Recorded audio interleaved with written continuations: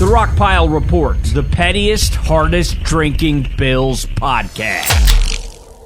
Welcome, everybody, to another edition of the AFC East Roundup podcast.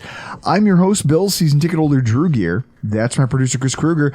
In studio with us tonight, Dr. Kyle Trimble, owner and operator of BangedUpBills.com. All things Bills injury related.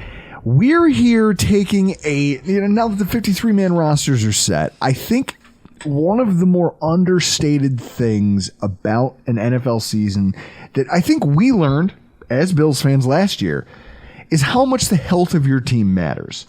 And so as we do every year, we get together and we do a little health of the AFC East roundup. And before we start talking about the football players, I have a question.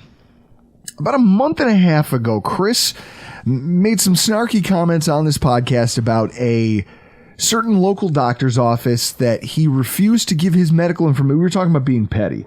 I remember this conversation. And there was a details. Doctor's office that he offered to give his previous medical history to that said, oh, no, we don't need it. And then later came back to him and said, oh, this back thing of yours, can we see your... And he was like, whoa, no, you can't. No, you can't have that because you told me it didn't matter. Because he's a man of principle and he's petty as shit. Chris, I haven't asked you in a while. What is wrong with your back? I still don't know. How do you still not know? Because I haven't been to PT. I haven't. How long ago did they assign you PT? Well, I should have gone when I got back from my trip. But which was when? July 4th. It's been 2 months. But I didn't go because of I went to the hospital for something else. Well, yeah, only an asshole cuts their finger off making cuts a chunk of their finger. Kyle, do you buy this excuse to I got distracted by cutting the tip of my finger off making a cocktail, so I couldn't go to PT? It happens all the time to me. Really, people are like, oh, well, I had this and that, and they just blow it off. I'm like, well, it's really not that important to you if you're going to blow this stuff off or not make time for it. So, but then also, it's your back, or it's your knee, or it's your shoulder. It's like, this isn't going to go away. Sometimes it does. Sometimes it doesn't. Chris, I do have a portable table. You got my number. We'll talk. All right. Oh, my God. Don't help him. Don't help him. He clearly doesn't care. He doesn't. You guys have helped me plenty. I got to do something for him. He makes a damn good drink, so I got to do that for him. What did he make you there? Old-fashioned. Delicious as always. Cinnamon syrup and cardamom bitters. Ooh. Kyle, I don't know if I can have you over to have your Robin Williams-like arms when it comes to hair touching my lower back or doing any type of PT or touching I don't know. There's a sitting position, I'm sure, that can stretch out my lower back, because we've gone over it before. I've texted you about my back issue for at least 3 years now since it's happened. Do you ever get irritated when people ask you about an injury they have, and then you kind of give them your free, hey, I'm a friend of yours, I'll give you what I think, and here's some things you should do, and then they just don't fucking do it? Sometimes. I used to get more aggravated about it, but then as you get a little bit older, you kind of word things away that you can't give them what they want, but don't really give them all the details. And if they really want to know about it or they're going to follow up with it, they'll do what they said, what they asked. But my parents even do that. My dad said he had something with his knee. I can't remember right now. He's like, I need some stretchers for it. And I gave him some real basic stuff. And it's been maybe 2 months, like the Chris thing. And he hasn't come back to me. So either this thing's better or he's not doing a shit. So you helped me when I tore my meniscus. Yes. You came over to my house. You were like, oh no, you're like, yeah, I could see there's a little instability there. You should probably... You gave me some stairs exercises, some different stretch, and I did them religiously, and it worked. And I was like, I'm not going to talk to him about it again because he came over here once, showed me the thing I have to do. I'm just going to start doing them. Yeah. And if it gets worse, I'll ask him. But if it doesn't, then I'm just going to keep doing it. Some people want to be babied through the stuff, and that's fine. But sometimes people also want to be told what to do. And if they're not paying for it, they're not going to do it. That's it. It's, if they're not paying for it, they're not doing it. Yeah. For me, it was like, I'm happy I didn't have to pay for this. Now take this and run with it because I'm cheap. Thank you for all of your assistance. Thank you to everyone you've helped. Now, as you sip your Kyle, did you know that this is the last cocktail? This is the last cocktail of our summer cocktail series. Okay. And he saved, of course, he served it in the glass I hate the most. It's called a coupe. I now know this. I just, this is what they tried to give me a bourbon drink at the Cheesecake Factory, and I almost got into a fight with the waitress and the bartender over it. I was like, I will not drink that. It does look like you have a coupe with orange crush. Yeah, well, that's it. Plus, the color on this looks like something a child should be drinking. Yeah. Not a grown adult. My daughter would love that. Can you imagine trying to have an argument, like a real serious argument with another adult while you're holding this drink in your hand? With your pinky out. You can't. There's no masculine way to hold this glass, and there's no way to fight with another adult while you're holding this and be taken seriously. If I'm like, oh yeah, what are you going to do about it? They're going to look at that and just snicker. Like, you can't be tough while holding this drink or this glass. I hate all of it. With that in mind, it doesn't smell as citrus forward as I thought it would. I'm going to get in here.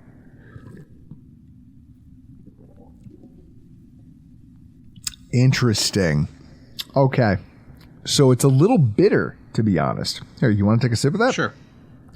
You can hold it like this. That's more manly. It's not sweet. It's bitter, and it has a dark finish on the backside. Mm-hmm. A very oaky. Wow. There's a little sweetness at the end too, but I was expecting just straight sweet. Yeah. Just a very light drink. That doesn't taste as light as it looks. No, Chris, what have you crafted here? Simple. It's called a Naked and Famous. It is a riff on the last word. It is equal parts Aperol, lime juice, yellow chartreuse, and mezcal. Mezcal, there's the smoky kind of, that's the smokiness I'm tasting. That's actually, this is a drink. I like this. You're going to drink it slow. I mean, that's... No, we'll drink it in... I was going to say, I might finish this thing in 5 Yeah, sips, you will, but I mean, that's something you can actually enjoy or at least drink slowly. You're not slamming it and then... because the lime juice, later. The Aperol gives it the color and a little bit of flavor. The lime juice gives it the sweetness to balance everything because the mezcal sneaks in on the backside with that darkness. Yep. Oh my god. Dying. I am dying, folks. That is a quality cocktail. You did save one of your best for last, Chris. At the same time, I am about to pour out myself some mellow corn because that's what kind of podcast this is. Chris, why don't you tell our listeners what mellow corn is? It's like a straight corn whiskey, and it's like $18 at the liquor store. I think I got that at Global a couple months ago. Bottled in bond. The thing you were freaking out about, it's bottled in bond. So they don't cut corners. It's bourbon created correctly. Do you see that he says they don't cut corners, but it's a plastic screw-on cap on a bottle of bourbon? Yeah, sure. They don't cut any corners. Yeah, they don't cut any corners making it. Well, who gives a rip about the bottle? So we're here talking about injuries. And the funny thing is that in terms of injuries and overall depth and how a team stacks up ahead of the NFL season, you can tell where some people cut some corners. Oh, yeah. And with that, we're going to start with the New York Jets. Chris, why don't you throw their depth chart up there on the screen as we go ahead and start off. First of all, when you look at the health of the New York Jets, there's already some concern. They've got some problems, as you might say. Some immediate, some long-term, and that's what we're going to look at for every team in tonight's conversation. The immediate concerns for the Jets. First of all, Carl Lawson, all of a sudden questionable for week 1. What happened to him? So he's dealing with a back injury. Now, this is something that's been lingering all training camp. And he has not been able to practice since August 9th, though he did return to practice from an individual standpoint just the other day. So this isn't just something, I'm a sore back. It's, whatever. It's something's going on there. We don't know the details of it because they're not going to tell us that much. But you just start worried about, is it a disc thing? Is it something that, that disc is always the first thing I go to. Is there some type of instability in there? There's something going on there greater than what the team is letting on.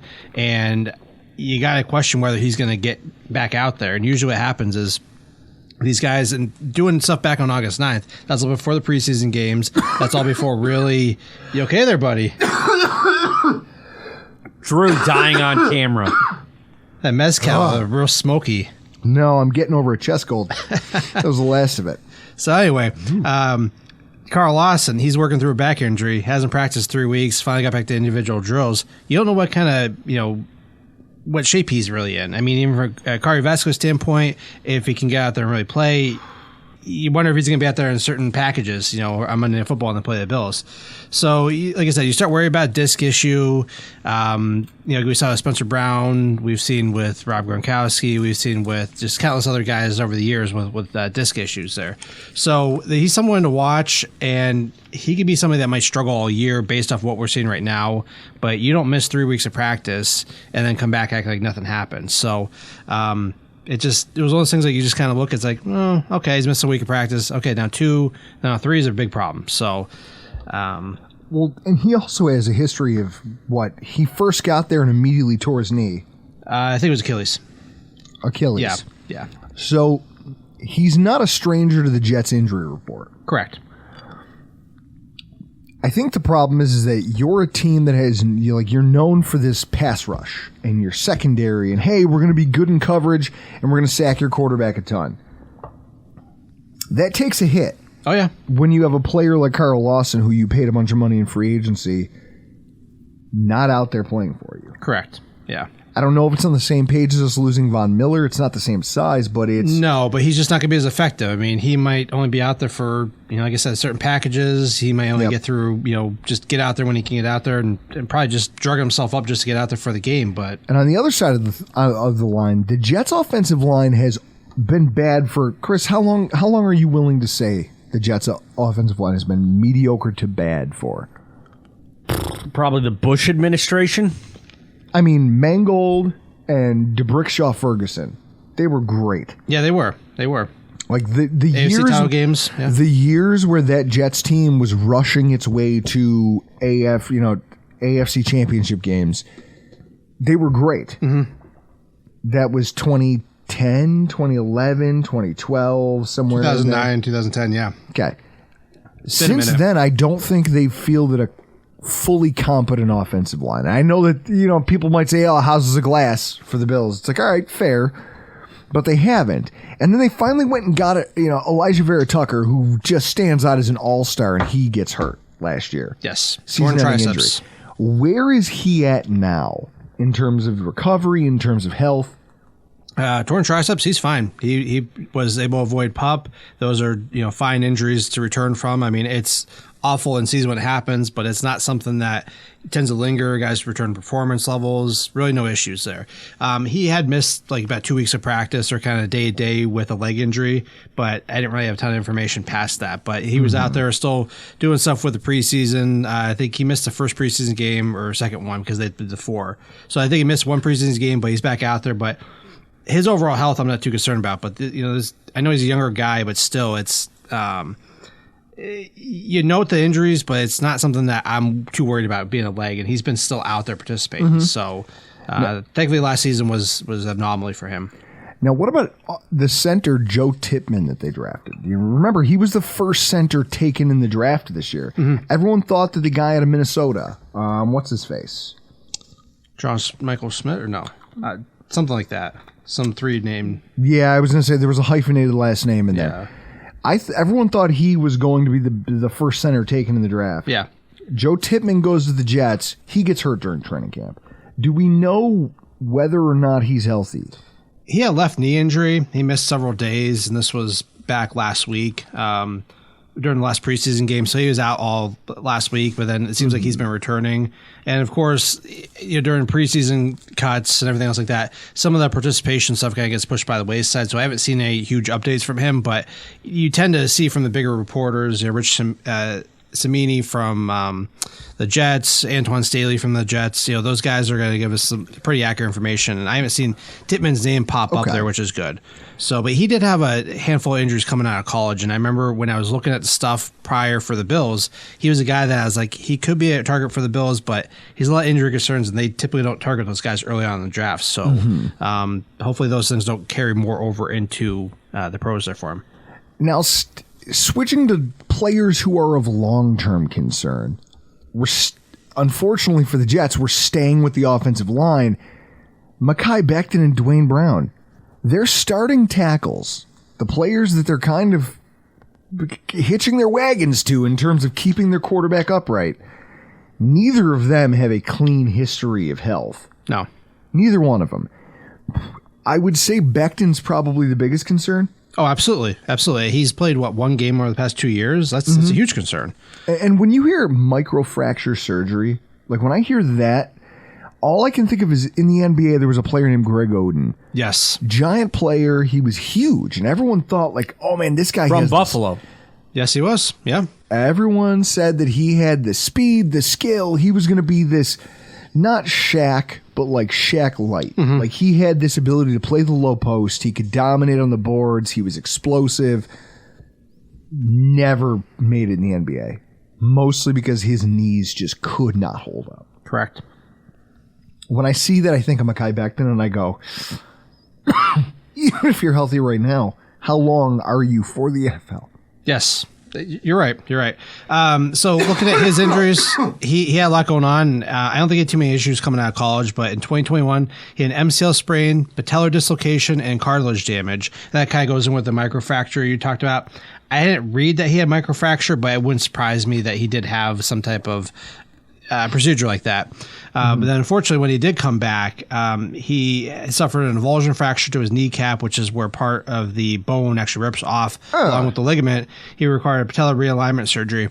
Now, he said that he got the quicker of the two possible surgeries he could have gotten, and he should have done the other one. I didn't know the difference of that. I never got a clear answer on what the difference between two surgeries were from what he got in 2022 versus now or whatever. So anyway, he lost a lot of weight. He lost about 50 pounds, which makes him move around a little bit better. Obviously, it takes some pressure off his knees, help him move around better.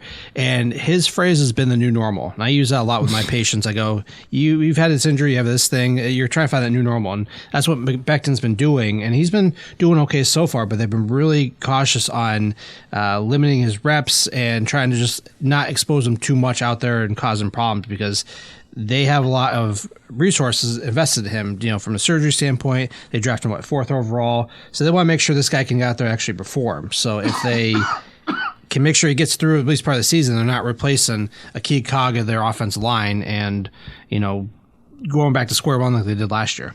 The problem for them is now, if we look at this depth chart Chris has up in front of us, they have no real offensive line depth to speak of. Billy Turner isn't anything that... No. Like, I would be concerned about that as a starting right tackle for my team. Max Mitchell... He did okay, but he was held up by a bad knee injury last year. Then he had blood clots in his legs, and but that was a hereditary thing. That was just unfortunate. Sure, but also he's not exactly a standout. No, I mean he's just a guy. He's just a guy. Wes Schweitzer, who was an undrafted free agent player, and he was working through an injury last week too. Yeah, so they don't really have much. They're paper thin on the offensive line. Yeah. The starters look okay, but then, what somebody goes down, you're... And that's the problem, is that not only are you paper thin, but now your starters all have these injury red flags. Yes. So it's not even like you can say, well, we don't have depth, but our guys, they'll probably be good. Yeah. You don't even have that to hang your hat on. The other question I have is Breece Hall. ACL rehab, he's already back. He's not on the PUP list. So, but how explosive at this point in a guy's recovery do you expect him to be? Like, you've done a great job covering Von Miller's rehab over at bangedupbills.com. And just on Twitter with all the clips that you give nice commentary and you kind of give some insight to. Where do you think Breece Hall might be given the timeline? I mean, he was on PUP and got activated, and he's been moving around real well. They've been timing him out with straight line speed, which isn't true in indicator of how you're doing from ACL rehab. You need to be cutting and pivoting and really doing all the jukey stuff that you see with running backs there. So I haven't been paying attention as close to him as I should, but once again, 40-hour job, 3 kids, I got to devote my time somewhere. Yeah. So, but I mean, he's been looking really good. I have some friends who do more fantasy, and they've been commenting on that. Like, he definitely seems like he's farther ahead than most guys are at that stage, which is really good to see there. So I always kind of look at with the ACL, especially with running backs, you kind of see this slow increase in activity. You might see a better Breece Hall in the second half of the season, obviously, hopefully return to form in 2024, but he's going to totally continue to go up. But he doesn't have to carry the bulk of the carries this year with Dalvin Cook in there, Michael Carter. Who else they have? They have actually a pretty decent running back stable. Looking at the Israel, whatever. He's done all right there. Anaconda's hurt. Yes. Thigh injury for him, but they said it was a 2-week injury, which shouldn't be a big issue. But if he's a game day active for a week or two, but like they have a good running back stable, so Hall doesn't need to be the bell cow, especially with Dalvin Cook in the backfield. I wonder, Chris, is this one of those things, though, where Dalvin Cook, they're going to make him active, but how well can you learn a team's playbook in the 2 weeks you've been there? I have no idea. It'll be interesting to see because he's probably going to be. It's Nate Hackett's playbook. How bad can it be? I mean, what is it? He's a good dude, according to Aaron Rodgers. He's fun to have beers with. So I'm sure his offense isn't that fucking complicated. You guys are fun to have beers with. I mean, you think you could run an NFL offense? I could probably run it as well as Hackett did in Denver. What a fucking boob. The fastest guy to get fired, and then everyone's excited that he's your offensive coordinator. Sure. What Go about Urban ahead Meyer? and try to spin that. Did Urban Meyer beat him by a game or two? Maybe. Actually, Urban Meyer might have him by a game or two, but that's because he kicked a kicker. Yeah. How do you kick an NFL? Chris. I mean, he did also have a woman grind on his man region. Yeah, but what? Listen, you want to tell me that there aren't guys in the NFL who are married who are out there doing that? I mean, I'm sure there are, but also you don't finish a game and then not fly back and with then your team. not fly back. You lose a game because they were You real lose bad. a game and then go partying out in Columbus and grinding with bimbos. That's a good idea. No, that whole thing is just hilarious to me. That like this whole thing just seems too cute. You've got a head coach that's never struck me as overwhelmingly like the guy. What I was the first person to point it out, and there was a lot of Jets fans who actually agreed with me on Twitter when I said the fact that you've got a guy in your locker room who's been there since Robert Saleh was hired, who's saying, "Oh man, the tone of the locker room since when, before to now when Aaron Rodgers got here, it's totally different." That's not a good thing. No, it's not. That means that your coach is literally just riding sidecar now. He's in the small seat. What does that guy actually bring to the table? Because all I see, for all the things people want to say nice about him, is a guy who has back-to-back 4-win football teams. Yep. Now you've given him a quarterback, and you think that his acumen and that his game management skills are on par. But do you know that? Because there was a very winnable game right in front of him against the Minnesota Vikings last year, and he found a way to fuck that up too. Yep. So I don't know who you blame for that. I don't know. I think that there's a lot. Like, the New York Jets strike me as a sandcastle, right? Yeah. Like, they built this really close to the beach, and they're just hoping the tide doesn't come in. And as long as it doesn't, they'll be fine. They will be a very, very, very competitive football team. A couple injuries on the offensive line. They need that continuity there, too. Once one goes down, that's where you're going to have trouble with Aaron Rodgers. I mean, that's what happened in Green Bay toward the end. A couple big games early on in the season that don't go well. Mm-hmm. And a New York media that doesn't give a fuck about how Aaron Rodgers used to be coddled by the media. Things will not go well. And what is Robert Saleh strong enough to deal with that? Because already his players seem to have been like, hey, Aaron Rodgers is the strongest personality in the room right now. Not you. That's a recipe for disaster. It can be. It's hopefully they stay healthy. That's it, right? Yeah, like I said, the starting five looks good up front, but some guy starts going down, you lose that continuity, and then I don't care what NFL team you are. As soon as you start losing one offensive line, you start seeing cluster injuries, and then you start seeing other injuries happen to running backs, quarterbacks. I mean, it just, things don't go well when you don't have that continuity. Speaking of not having continuity, we really thought we were going to see a quarterback change with the Patriots. I was really hoping Bailey Zappi was going to win that job, but apparently it was never a race because they relegated him to the practice squad. The Patriots only have one active quarterback. Is that weird to you? They got two now. Well, two, they have Will Greer. Matt Matt Corral. Yep. Oh, good. So, Chris, how Who didn't play last year? Yeah, who didn't play last year? Hey, Mac Jones, guess who's backing you up? A dude who didn't play in the NFL last year. Good luck. Don't get killed. When I look at the roster, they've got some immediate concerns. First of all, Riley Reif. I think they signed him thinking they knew what they were getting. And he's been up and down, according to all reports. He was not as good as advertised. And then he was injured. Where does he stand right now, from what you know? Well, most things come out of New England. We don't know. That sucks because that's par for the course for them. But he did have a leg injury. He got rolled up on. When you get rolled up on, you always worry about MCL sprain. You worry about high ankle sprain. So we don't know where he's at. He's been off to the side from what I last saw. You got to question whether he's going to be ready for week 1. It just remains to be seen. But we'll get a better picture next week when they start releasing injury reports. Though, in New England, like New England doesn't fuck with the injury report. Everybody's gonna be limited. Everybody's questionable. I hate covering New England with this stuff. Like I enjoy what I do. It's fun hobby. But when you look at the New England stuff, everybody's questionable. Everybody's limited, and they don't give you any video as what these guys are doing. You don't have any side what they're working with. You have nothing. So it's like, what the hell do you talk about? It does suck when you're trying to give some type of specific information. Kind of like when Drew comes over for this podcast. Yeah, pretty much. He shows up, and I'm like, I don't have a format sheet of what he wants to talk about. He just emailed me or sent me a text Guys, 10 minutes before he gets here about wanting audio. It's like working with Drew. It's the same thing. Guys, it's the off season. Nobody slacks harder in the off season of podcasting than Drew Gear. I don't tell Chris a fucking thing. I show up here. Well, you didn't tell me anything either, and we're here talking tonight. Look at me. I'm coughing into a microphone. I'm literally trying not to die as we do this podcast. Wow. I don't know what happened, Chris. I fell apart somehow in the hour between the last recording. Mezcal. It's the mezcal. Is that it? It's just getting me? Yeah. What you need is mellocorn to offset it. Have some more water. I need a beer, and you catch your breath there. All right, Yeah, pour yourself some of that mellow corn. Enjoy it. Yeah, I will do that. Yeah, I'll have some of that mellow corn, and then I'll have a Montucky. Mellow corn, sir. So here's the thing I think about when I see the Patriots. The way they treat the injury report, you're right. You're never really going to know who's hurt, who's not. But then there's the stuff you see. There's the stuff you see take place, like Christian Gonzalez.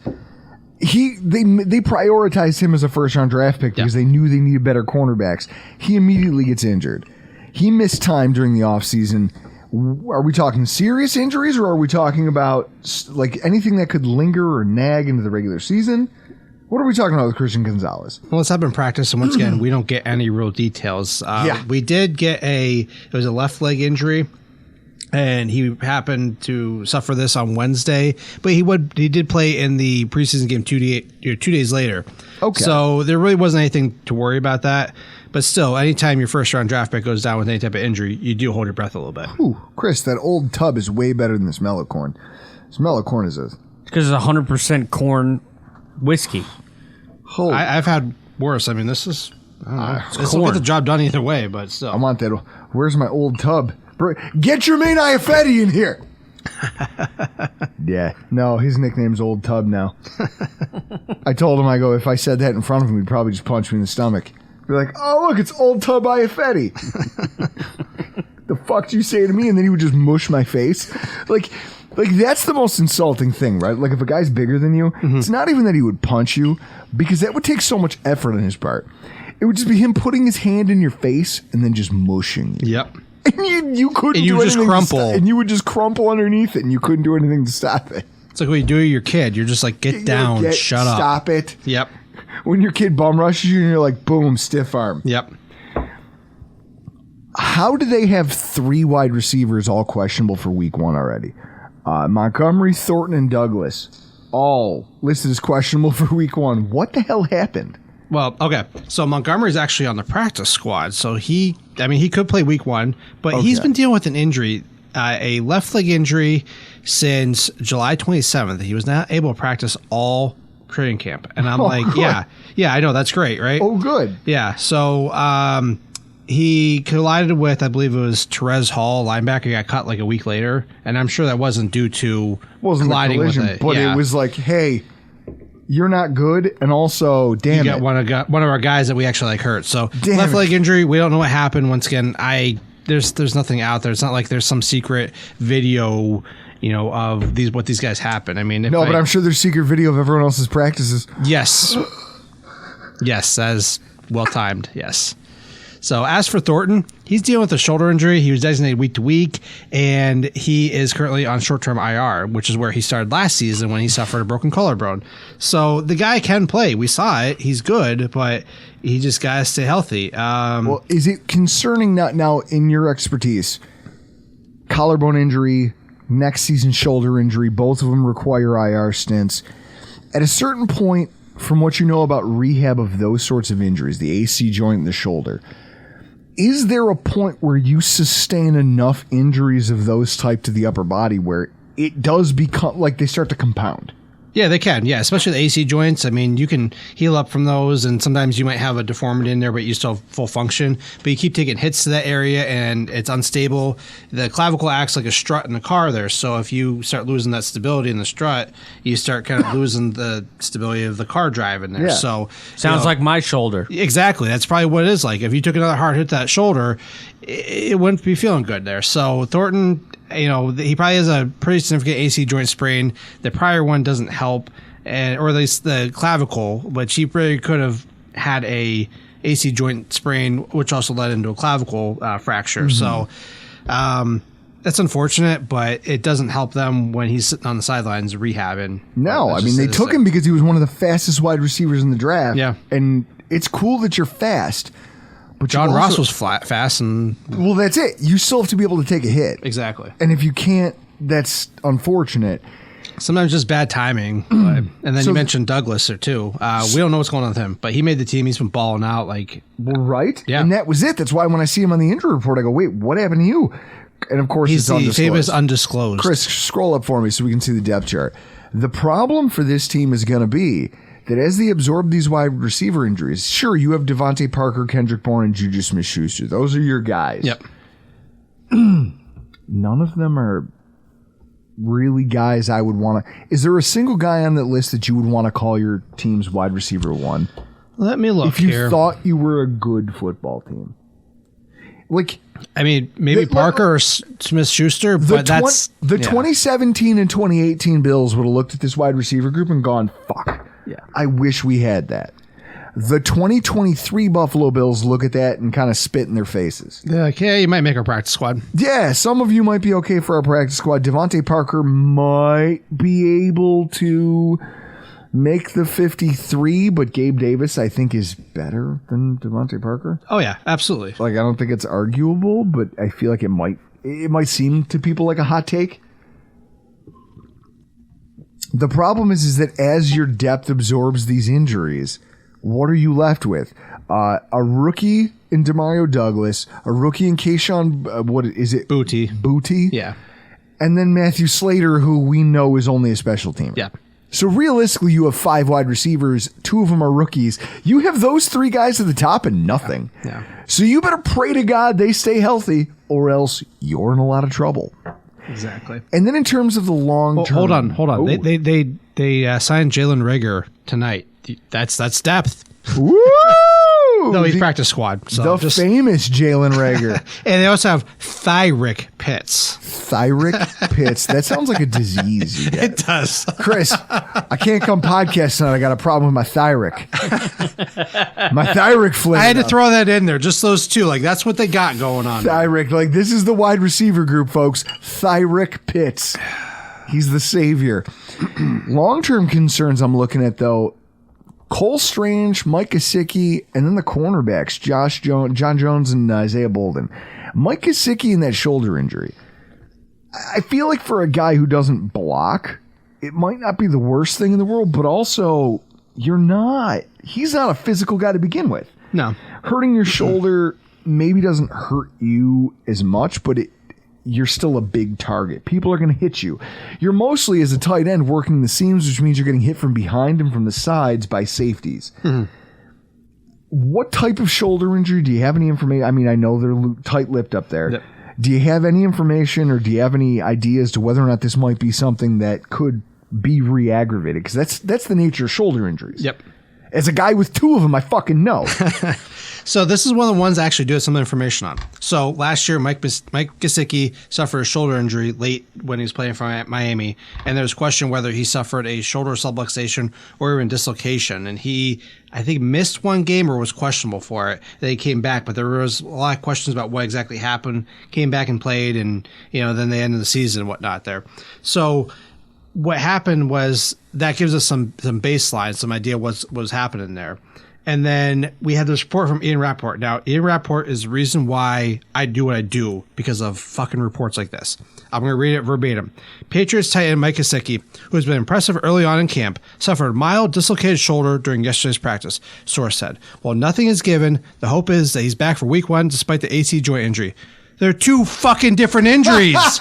Like, those aren't the same thing. I know you're the mouthpiece, but where are you getting your information from, dude? Like, seriously, those are 2 separate injuries. AC joint sprain versus your shoulder dislocation. That's a labrum tear. Like, which is it? But that makes me lead to believe that this is a labrum injury, and he missed about a week of practice, didn't play in the one preseason game, and then came back, which you can come back with a harness and whatnot. So that makes me think it's more of a labrum injury, and that he's going to have some recurring instability going forward with this year. So we see that. We saw Jordan Phillips last year with the Bills. Look at James Cook. James Cook was wearing a brace. He's been wearing that since junior year of college, though. Matt Milano, after his shoulder injury, was playing.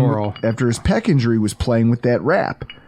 Because when you have instability, or there's like, hey, we need to keep this all tight, so that Dalvin Cook too. Dalvin Cook always played with it.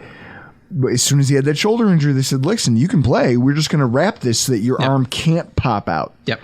Now, I wish I had one of those, because I have that in my left shoulder, where it's never fully left the socket, but the labrum's torn enough that if I stress it, you feel it going, and you're like, oh, if I do too much, yep. And then the problem is it just clicks for a while. Yeah. And it's like, oh, well, so I had to stop bench pressing, because something about the motion of me going straight forward with a bar with weight on it, on this side, it'll just at a certain point, depending on the amount of weight, and it's just it's almost like if I overextend. If I kept it close, I'd be fine. It's the moment that I get to like here, there's a click back here, and now I'm fucked. And I have to tuck my arm in like this, and now I walk out of the gym and I drive with my right arm for a week and a half, 2 weeks. Tear, and it might just be that weight pushing down through that shoulder, which is why we see posterior labral tears in linemen, because they're pushing out straight like this. You probably had that at some point, and it just starts pushing down on that, and you're like, oh, let's not do that anymore. Yeah, it's like, well, now we're going to drive like this for a few days, and then when I'm done, I'm going to slowly get back into things and not do that again for a while. Yep. Like, I've never had a full dislocation, but Jesus Christ, it must hurt. I've had this. Hurt like crazy. Yeah. They're a bitch. So then Cole Strange, like the cornerbacks, whatever, Cole Strange, what's the deal with him? He's another mystery one. Now, I do have some information on him. Let me find him here.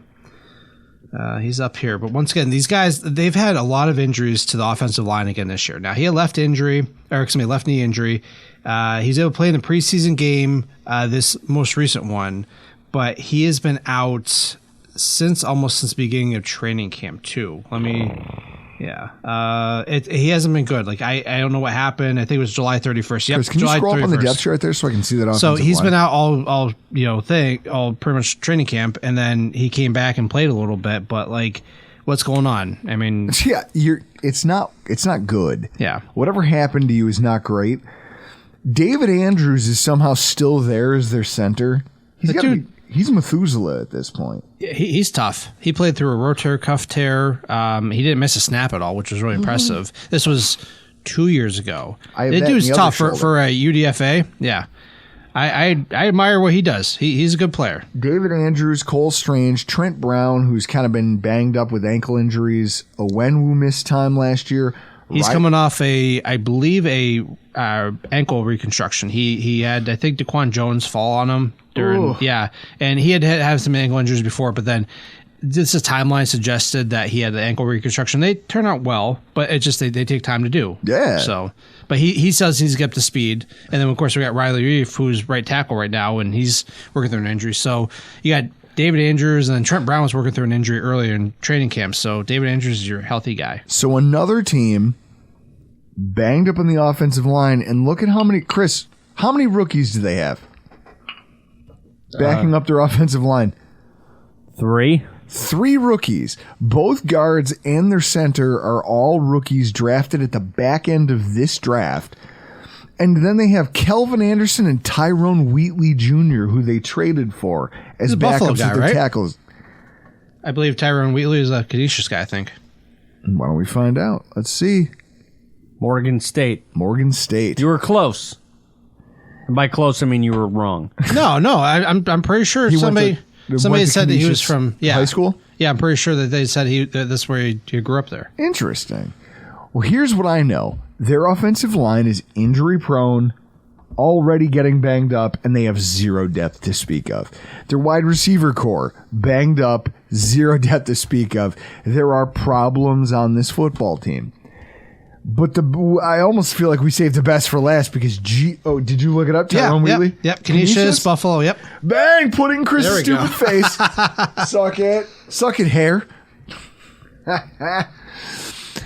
We saved the best for last because before we talk about the Buffalo Bills, the Miami Dolphins. I don't know how, but they've somehow assumed the mantle that used to belong to the New York Jets of the most injured team in the AFC East. They have 11 players questionable for week 1 as of today, and that's not counting the guys they've had to put on IR. That's insane. When we think about what's happened to them this offseason, they put together a roster. That's the reason. And Chris, this is how I know that most national pundits who say the things that rile up everybody on Bill's Twitter are going off like they're box score watching the offseason. They're not actually paying attention to what's happening because all of they're like, for Mike Florio to go on Pro Football Talk yesterday or maybe earlier today and say, have the balls to put on an article positing whether, and he goes, oh, well, we talked on the fact that you had this conversation proves that you're a horse's ass. You're a horse's ass for quoting Mike Florio. Are the Bills in danger of finishing 4th in the AFC East? God, that guy's the worst. And in there, he was quoted as saying, the Jets and Dolphins have both surpassed the Bills in terms of the offseason and the roster. He wants clicks. Sure. But also, you're saying this week. You said it 2 days ago.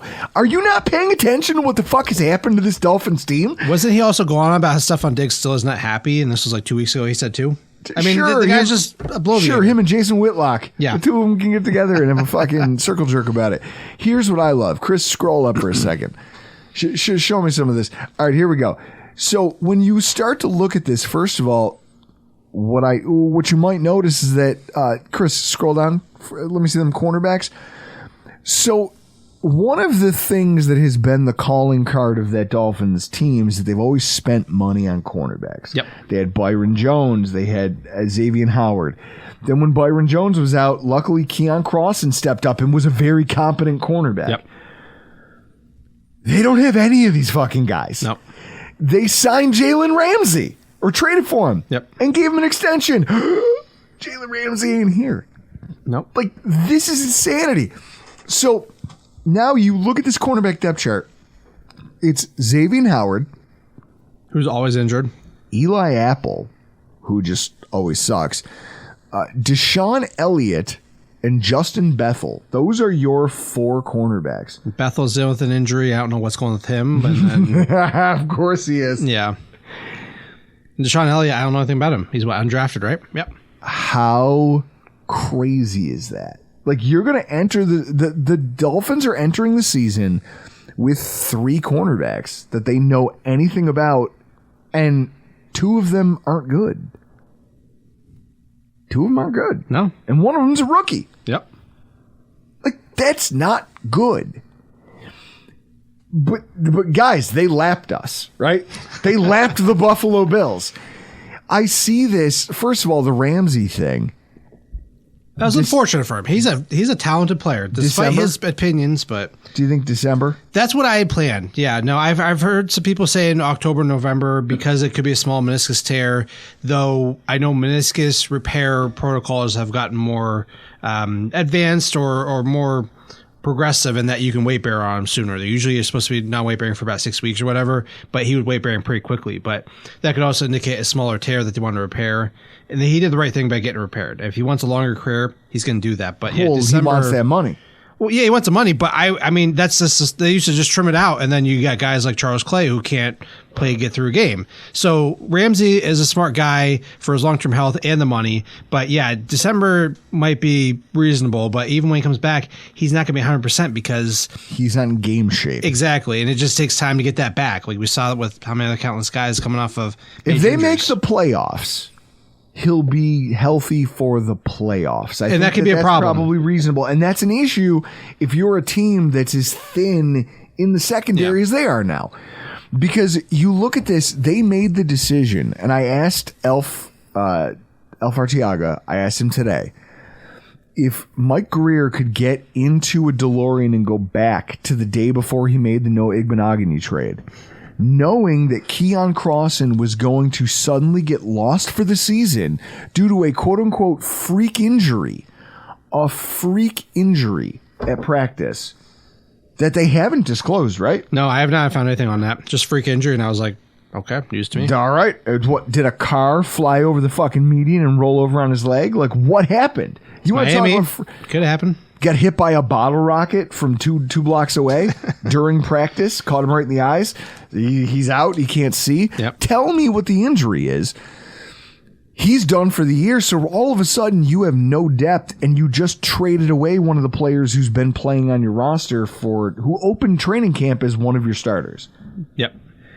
Like, I was like, do you think they would rethink this? He says no, but Well, I feel like Noah wasn't doing anything here. No. I don't blame you for moving him. You can actually get somebody who might be able to play, but still, you lose a guy. I mean, they have Cam Smith, they have Javon Holland, Kader Kohu has been great. I mean, he's Kader great. Kohu was- yeah. So like they had still some talent back there, but it's just not as deep. And so if they start suffering injuries, like and other guys come off injury, Javon Holland's good, but they don't have a ton of depth. But I mean, we're seeing a trend here, of course, with every team. You know. so. Now you look at Elijah Campbell, right? He's not play. He's your third safety. Yeah. He's not going on IR, but they were talking about him being like a player who, due to his knee injury. Yeah. What do you think about that injury? Do you have any data on that or any information? No, I don't. Other than it was just something. They said that it was a happened. non-ACL knee injury. Yeah. Other than that, yeah. Then you start thinking meniscus, and maybe try and figure out what they want to do. There could be a significant MCL sprain. You could have some type of patellar subluxation dislocation. You could have something where there's some type of instability in there that's just not going to allow you to perform all that well. And then there's other injuries too, but those are the first things I always go to. And then you worry about the backpedaling, the cutting, the jumping, and just you can't do that stuff when there's not as much stability in the knee. So that guy's not going to be back anytime soon, and that's a problem Within the next month, yeah. And he was expected to be a big part of the safety group. The long-term concerns for this team are guys who are playing, but who knows for how long. Teron Armstead is a ticking time bomb. They lose a lot of games when he's not involved. Correct. Teron Armstead got hurt and carted off the field during training camp, and every Dolphins fan was screaming into the ether. That Nicky Smokes asshole was going nuts. I loved it. But then, yeah, that is funny. I do like reveling in when he's upset. But he's back on the field. The guy is an Iron Man. He is. He played. He was named Pro Bowl, right? He was Pro Bowl despite all the shit he went through last year. It was impressive. I admire Teron Armstead's game because he gets out there and balls out despite having half his body just beat up. He's in tatters. He's playing. He is in tatters, and he's playing better than most left tackles in football. Yes. It's crazy. And if you could ever just get a healthy Teron Armstead, I'd be terrified to see what that looks exactly. like. Unfortunately, we've never seen it. And that goes back to his New Orleans Saints days every time. We talked about this last year, and we talked about that at the time. Greg Little was his backup, who's now a free agent. But anyway, Armstead, who is his backup right now? Chris, scroll up a little bit. Who are we seeing here? Kendall Lamb. Yeah, I don't know. He's just a guy. But Teron Armstead, we saw he wouldn't practice all week and then get out there and ball out there. Now, I will tell you, he has a right knee injury. He had scoped in the offseason. I know he hasn't been practicing since he got fell on. I have on good authority that he's going to be okay. This isn't something that should be lingering. So, all right. Yeah. All right. I mean, so if Miami Dolphins fans are listening, his knees can be okay. I mean, his knees are beat up, but this most recent injury is not something that should be causing problems, That's a guy that at the end of his career, I'd like to sit down and pick his brain. And just be like, what is it that gets you out of bed and makes you want to get back in the fucking ring with this stuff again? Millions of dollars. But millions of dollars, but he already had millions of dollars. He's still doing it for pride. It's fucking wild. I respect it. And then there's obviously Tua Tagovailoa. He's a ticking time bomb with his head injury, but it's interesting that his backup, Mike White, also has been out most of the preseason with a concussion. Correct. So Skylar Thompson probably starts the season as the de facto quarterback 2 on game day, week 1. Mm-hmm. But these are the 3 quarterbacks you have who understand the system, have been in the team with the install and the training camp process. And at any point in time, all 3 of them could be taken off the field due to a concussion. That's not a great room to have. And if you're Tua, I hope all the falling practice and stuff he's doing helps him protect himself. I really do. He's putting in practice. Because you don't want to see a guy get his fucking brains scrambled on national TV again. Yep. I don't need to see that. It doesn't bring me any joy. I'm the pettiest person. I'm one of the most hateful people on earth. You're not Tom Brady. I don't want to see that happen to you. You're just not. Yeah. So they don't have depth, and that's the problem. Again, Chris, recurring theme through every one of these teams. They already have a ton of injury issues, and then they don't have any depth to speak of. Look at the running back group, right? They go ahead and they put what's his face gets put on IR. Savon Ahmed is hurt. Devon Achane, he's dealing with a shoulder injury. He has an injury. If you drafted Raheem Mostert in fantasy, it's like, listen, he's the only guy who's healthy. Yep. They're gonna ride him forever. It's just, I guess it's tough not being a Bills fan, huh? Right. A chain should be back soon. It looked like AC joint sprain, but still, I mean, that's just one of those things that it needs some time to heal up there. And you're a small running back. Yeah. You're probably not built to take a lot of shots. Because there's different backs, yeah. There's a difference between college speed and NFL speed. And I think what running backs learn is when you run away from contact, it's what saved LaShawn McCoy's career. Yeah. LaShawn McCoy was able to play as long as he was with the speed and the agility. It was his speed and agility and the fact that he never took hard hits. Correct. He always took glancing blows, or he was able to get away from contact and get to the sideline. When you're a smaller back coming out of college, the problem is that everybody, that linebacker you're playing, runs the same speed as you. Mm-hmm. You're not outclassing anybody athletically anymore. So now you have to just hope that your vision develops and that you can cut and juke faster than those guys can close. And it's a cat and mouse game, but you no longer have the natural advantage that you've been laying on for. And that's what makes a lot of college running backs lazy. Justice Hill looked like an all-star in college playing for Oklahoma State. You put him in the NFL, he's just another dude who doesn't make much of an impact because he's not smarter or more agile or have the better vision than those linebackers. So they bottle him up regularly. Yep. And that's where Shane is going to take a lot of contact. And if you have shoulder injuries now, you think it's going to get better? I mean, if you get the proper rehab, sure, but it's just whether you have that time to actually get better. We have to close the show before Chris freaks out. So we're going to talk about the Buffalo Bills, who have no major injuries to speak of ahead of week 1. More or less, yeah. More or less Von Miller, But there's some guys in the men that you wish you could have back. Oh, yeah.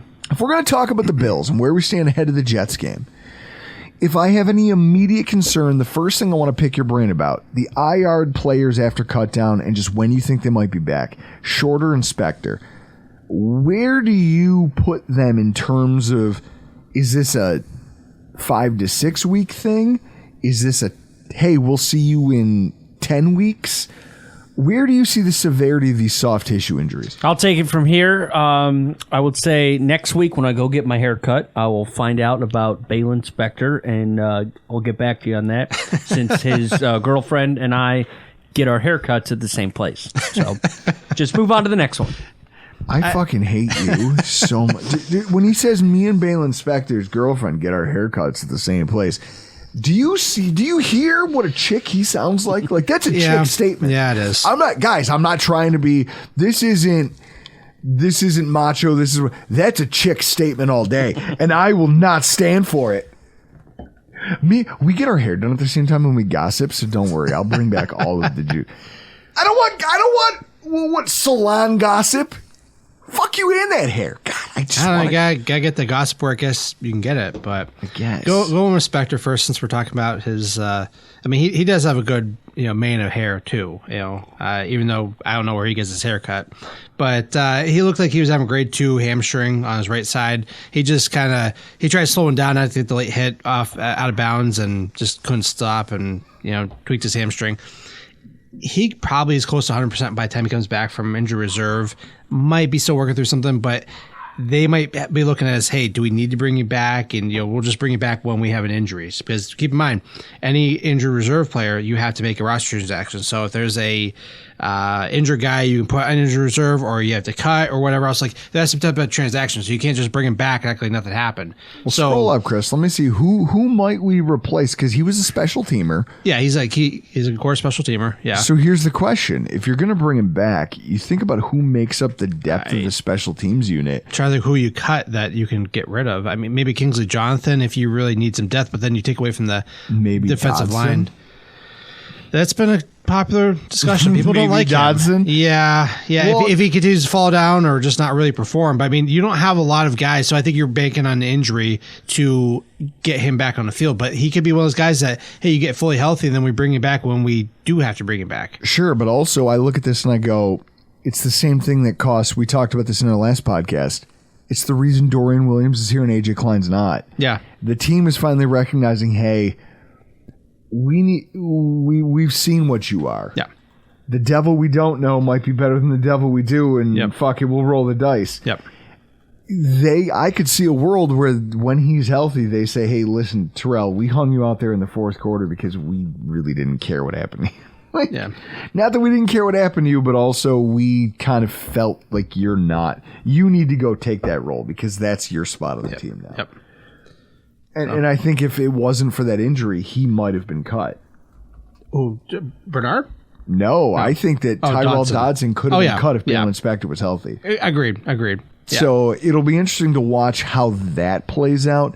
As far as Shorter, I don't know what's going on with him. I know that some people are like, oh, you make him an injury and you just come in the IR. I'm sure that's a legitimate injury, but he played, I think, like 35 snaps. I looked up because I was trying to find this stuff on film. And when I see 35 snaps, I'm like, I'm not doing that fucking work to try to find that. I really, like, I'm going to scroll through. Man. I mean, I like doing this stuff, but at some point I look, that is not worth my time to go look through. And if it's a grade 1, you might see him grab a little bit or it might tighten up on the sidelines. You're not going to see that stuff. So, like, I'm not going to look for it, but they probably did this to say, hey, it's a legitimate injury.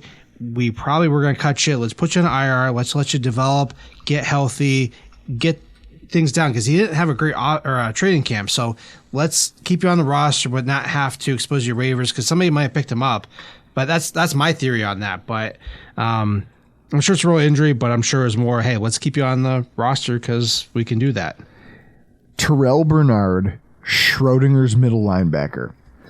This guy didn't play he won, we were talking about it, he won the offseason by not playing a snap. Which is credible. He just let everybody else show their ass. Yeah. And by default won the middle linebacker job.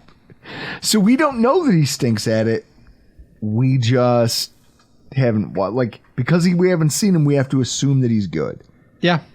or at least he's better than those guys. Now, we don't know that he's better than them, but that hamstring injury and when he got it's really unfortunate because it happened right before the preseason game. Yep, 2 days before. Where is he now in terms of his ramp up back to practice from the videos you've seen? Like, does it look like he's full? Does it look like they're limiting him? Today it looked like he was pretty much back to full go. I don't think there's any limitations, and from the way Brandon Bean was talking, it sounded like he was really close last week before the cut down day. Of course, they weren't going to cut him at all, but it seems like he's going to be good to go for week 1.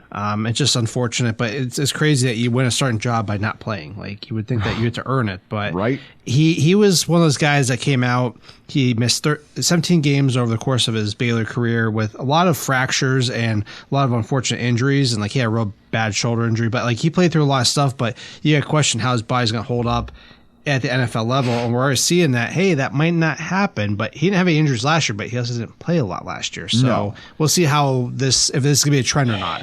Hey, Chris, it's a good thing we have somebody learning the playbook on the practice squad, huh? Oh, yeah.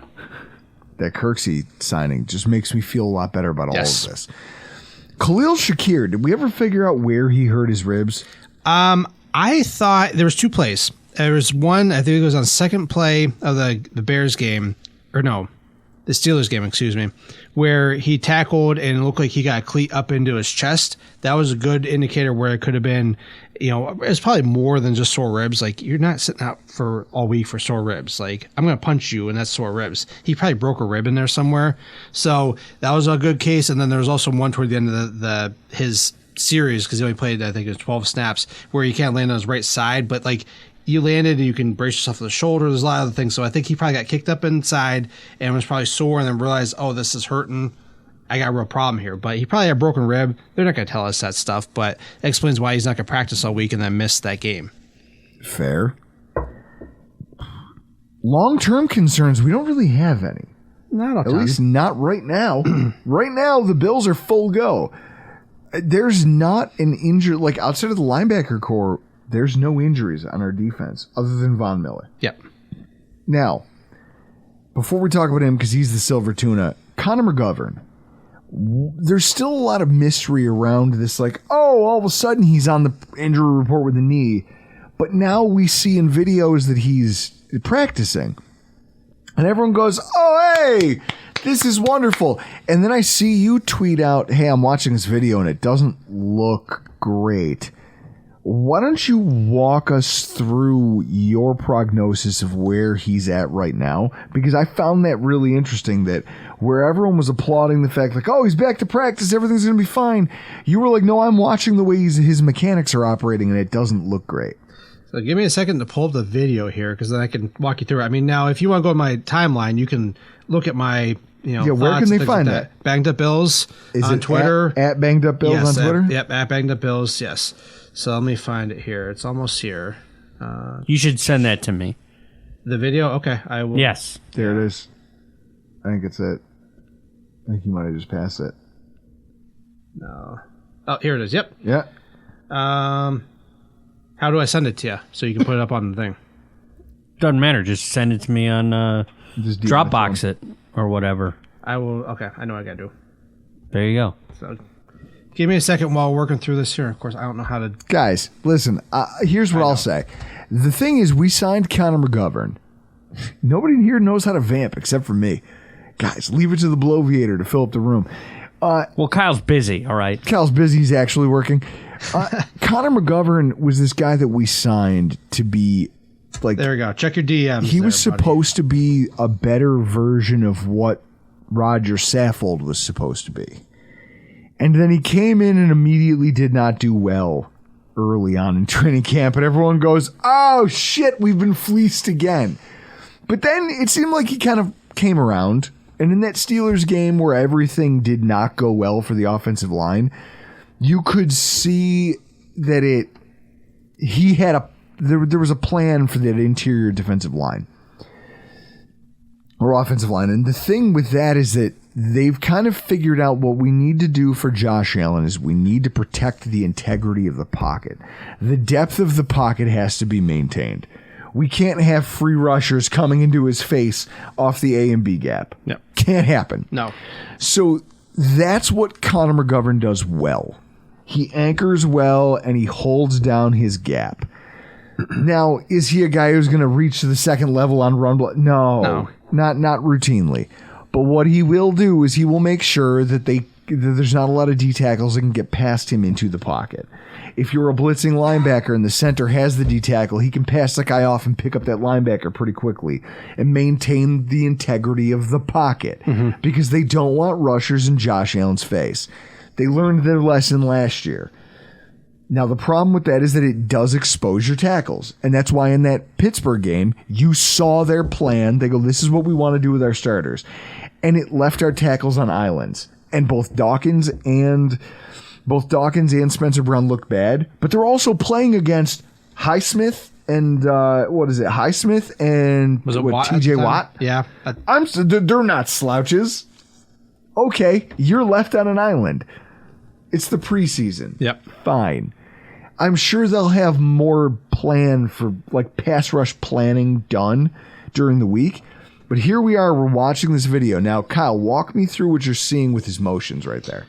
He doesn't look good. He's like he's running in sand. So it's about a 15-second clip or something like that, 20-second.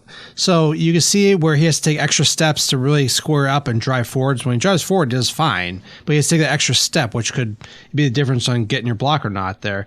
And then you see him kind of cut to the right there, and he just has trouble slowing down. Yeah. And it just doesn't, it just looks looks boggy. Awkward. It looks awkward. It's very boggy, and you can tell he's not happy with it. Right there. Yeah. When he kind of like slows down and looks. He does his no explosion off that right knee. Now, he almost looks at it. Yeah. At the end of both of those plays, he looked at his knee. Yep. And now That's not good. Now, at the time when this was taking place, he was a week out from the knee injury, and at the time they said that he banged his knees, per Atlanta Getzenberg from ESPN. So we don't know the exact details.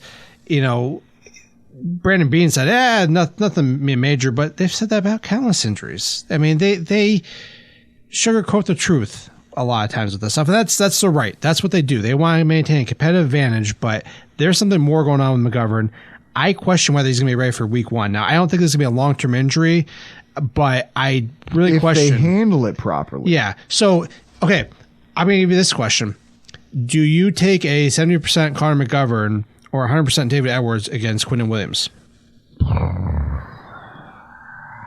That's where it's like both of them. Again, you're talking about Schrodinger's guard because I haven't seen either one of them play. Yeah. So because I haven't seen either one of them play, I know this one played starting guard for a Super Bowl winner, and this one has been pretty good over the last few years, which got him $8 million a year from the Buffalo Bills. Mm-hmm.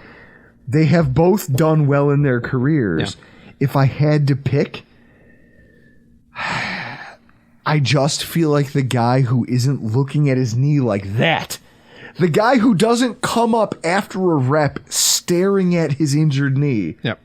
That's the guy I want in the field. That's what I'm thinking too. And I'm sure, hey, McGovern's out there because I'm sure he wants to make sure he comes back and he's a competitor. He wants to play. But like at some point, it's like, are you becoming a liability? And you got Osiris Torrance on the other side. Now he's been fine, but he's going to get his lunch taken from him by Quinnen Williams and the other defensive guys on the Jets. I mean it's maybe just not, but the thing is he's a rookie. You don't know. Exactly. So I'd rather have somebody healthy out there that can get the job done, even if you make McGovern active and just have him sit on the sidelines.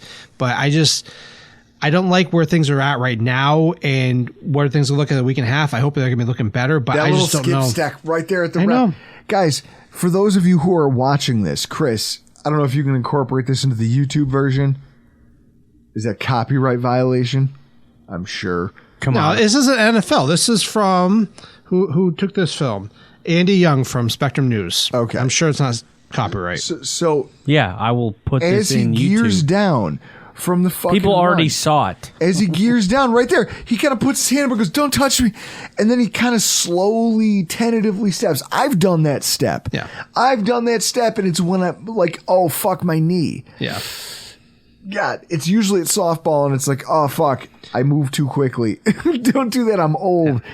Connor McGovern, I don't want him out there if that's the mechanic. Yeah, that's what he's going to look at, yeah. So I want him sitting on the sideline then. Give him a week, give him 2. It shouldn't be something that lingers. I'm pretty sure it's not going to linger for a long time, but yeah, I don't like what it looks like right now. And then Von Miller. that's the question on everybody's mind. You hear people that are like, oh, he's on the PUP list. He's on PUP, which might be the best thing for him. Mm-hmm. But I'm surprised they didn't put him on, like get him on the roster, put him on IR, because I assumed they would want to stash him until the end of October. The fact that you put him on the PUP list, now and I think people need to understand the designation between this. Von Miller on the PUP list means there's a runway now where he needs to be airborne by a certain week, or else you have to either IR him or you have to put him on the active roster. The fact that they did this kind of underscores that they believe he will be back sooner rather than later, correct? Absolutely. Now, what in the video clips that they've put out there and all the videos he puts out on it, you're one of those people who every time he puts out a video that gasses up the fan base, you're there with your rational medical opinion being like, I'm watching what he's doing. That's cool, but he's not really also doing of course, on an ACL tear, you can do leg lifts and you can do the straight up and down. He looked great with those Bulgarian single, whatever they're called. Yeah. He looked good, but that's one plane of motion. Let's see, I do cutting. And then he at camp the other day, at practice, he was running the thing, and he obviously was slow as shit. Yeah. Watching that, how far off are we from seeing Von Miller? But then also, what's the realistic expectations for him when he first comes back? Okay, so let me clarify a few things. So you said that they want to go PUP to injury reserve. So if he got activated from PUP, that would imply that he passed a physical. Then to put him on injury reserve would mean he would have to have some kind of injury. That's going to be some shady stuff we only see in New England if that does happen, where some guy suffers injury as soon as they get activated. That can certainly happen, but that wouldn't have flown too well with anything. So to say keep him on pipe is the safe choice there. Now, keep in mind, too, we didn't see him for 3 weeks doing any of these drills. From August 3rd, 4th, from what I found, up until last week, he disappeared. Now, we saw the same timeline with Trey White, and we know that there's some mental aspects with that, with coming back from a major injury like that. But we didn't see Von Miller for 3 weeks there. Does that suggest a setback? I mean, that's just a speculation at this point. But, you also don't activate him either now and try to play him week one and have your quad strain, your calf strain, hamstring strain, groin, or do you just let him sit on the PUP list, get the extra roster spot, you sign Kingsley Jonathan, you bring him to the active roster, and then you bring back Von Miller when there's an injury, week 6, whatever it is there. But there's no rush to bring him back. You sign this guy to play in the playoffs and win you a goddamn Super Bowl. Okay, so here's what I'm looking at. Bryce Hall tore his ACL October 23rd, 2022. Okay. Von Miller ACL tear Thanksgiving day. So it was Thanksgiving. Yeah. So a full month later. Now, they're a month apart in their timeline. Mm-hmm. This athlete's much younger than him.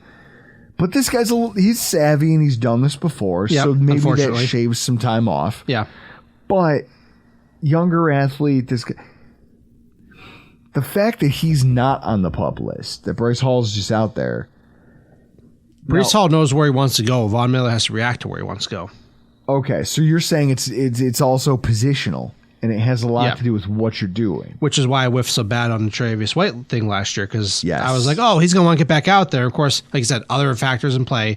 But looking back now, it was unrealistic that he was going to be back that quickly, but they were going to obviously keep him possible in case he could come back. But you need Von Miller for January, not September. Chris, is that the prevailing attitude?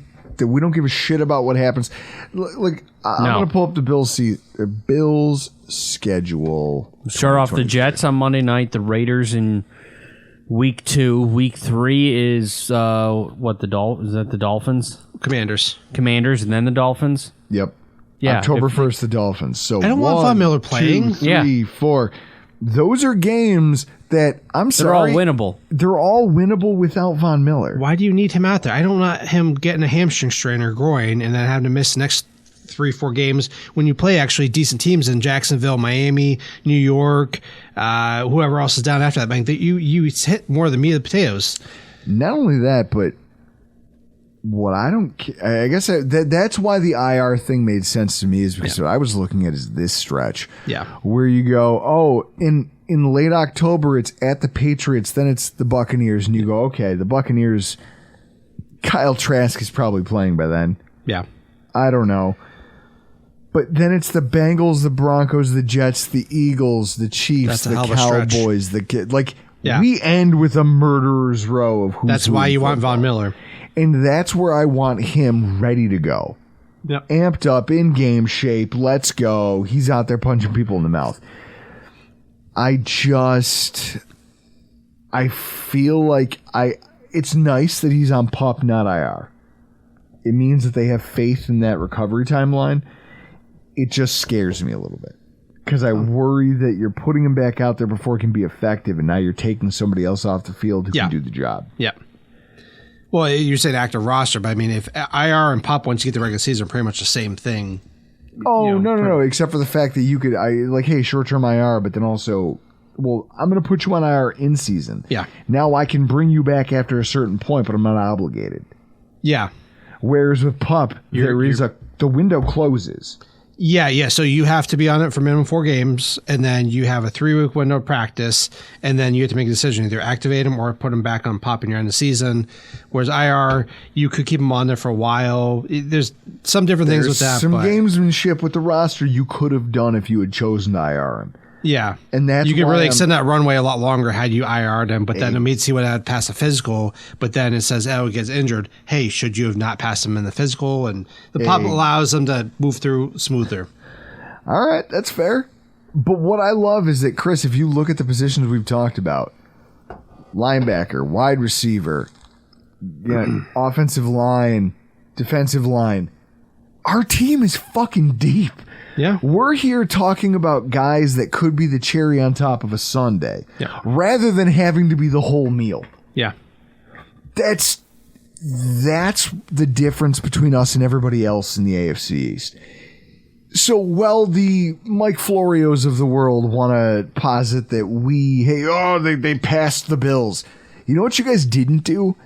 Is you didn't build an army. What you did was you built sandcastles. Yep. Really close to the shoreline, and you just hope the tide doesn't roll in.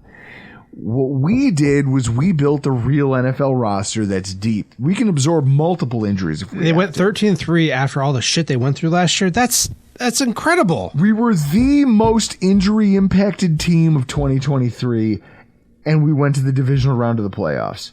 And you lost 3 games by a total of 8 points. Bang. So somebody get in the ring with me and tell me that with a deeper roster, a healthy roster, by all accounts, we haven't lost anyone of significant concern. Did we have to, no one got, season-ending injury except for Tommy Doyle. Yeah, which was awful. I really hope he has a good recovery. That guy. Hey, can we raise one up for Tommy Doyle? He has a rough rehab, but drop foot too. That's... and that does happen with the posterior lateral corner injuries, because the nerve back in that area does get injured, and hopefully it's temporary. But it's a lot.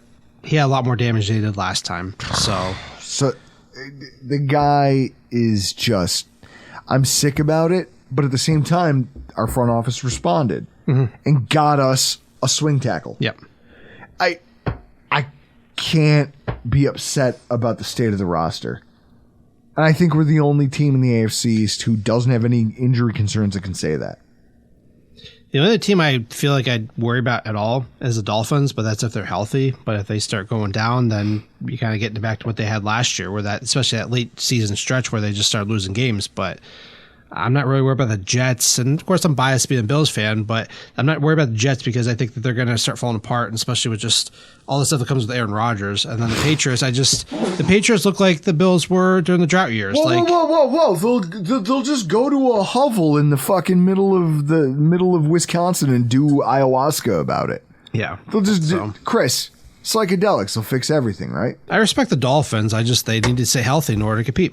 Yeah. Psychedelics help. Alcohol also helps. Kyle, you got a guess for up here? Beer watch. Our beer watch starts next week. We start counting our beers for the summer. DM us, email us. tweet at us. There's already a pinned tweet on our Twitter handle. Give us your number for what we're going to drink this season. Whoever gets it correctly, you're going to win the Q42 family of products. What was the number last year? Do I get 330. that? 330. Okay. Somebody got it correctly, but they don't listen to the podcast, so they didn't get their prize. It's 330 last year. All right. So you don't drink a lot during the season, Chris, because you work at night. You have kids that are going to continue to drive you nuts and leave you sleepless. I know. Also experience. factor in how if we make the playoffs and how far we go. Yeah. Okay. That makes a whole lot of it. We already got a low ball answer from Andrew McGowan. All right. I'm going to go. He low ball. I think he said 269. No, I'm not going to give you that there. Listen, guys, I don't know. I'll give you 307 right now. All right, 307 from Kyle Trimble. There you go. I love that 2017, when the Bills broke the drought, is when I was literally putting this podcast on my back in terms of Beer Watch, because that season was so frustrating. I remember having to call an Uber from Chris's house because the week after we lost to the Chargers in the Nathan Peterman game, I had like 17 beers during 2 hours of podcasting, and everyone's like, wait, it's funny because Shane Gillis talks about this. Yep. Like, he goes on, he drinks a lot of, he goes, oh, you're just drinking light beer. Everyone goes, oh yeah, dude, yeah, but you drink a lot, but it's light beer. Yeah, it still hits you. Drink 18 light beers and tell me how you think. Drink 18 light beers and then hang behind a microphone. Exactly. Let's do this. So I enjoy the fact that you guys show up week in, week out, month in, month out, season in, season out, and support the drunken nonsense that goes on here. Kyle, you started off as a listener. You've now become a friend of mine, my wife's, again, you were the guy that my wife goes, you mean to tell me that there's a guy from the internet? You met a man on the internet, and now he's coming to our home. And I was like, when you say it like that, it sounds creepy. There's a lot of people down in your friend circle that really could have ruined it for you. There's a lot of people. In fact, everybody else. Here's what I love, though. It was that thing where then you came over and you were normal as shit, and she goes, okay. Well, then, Chris, the worst part was she goes, wait a minute. He's actually super fucking normal. My husband is the fucking weirdo. Oh, no. That sounds like something you could talk about tomorrow on It's Always Sunny. Yes. That's absolutely true. Guys, thank you for showing up. Thank you for listening to the podcast. I'm hoping that we gave you a little bit more confidence. We educated you on the injury setup for every single football team in the AFC East, and we helped you feel a little bit better about where we stand in regards to our competition. But for tonight, we got to get the hell out of here. I'm Drew Gear. That's Chris Kruger. That's Kyle Trimble from bangedupbills.com and at bangedupbills on Twitter. Yep. Instagram, Reddit, Facebook. And this has been your AFC's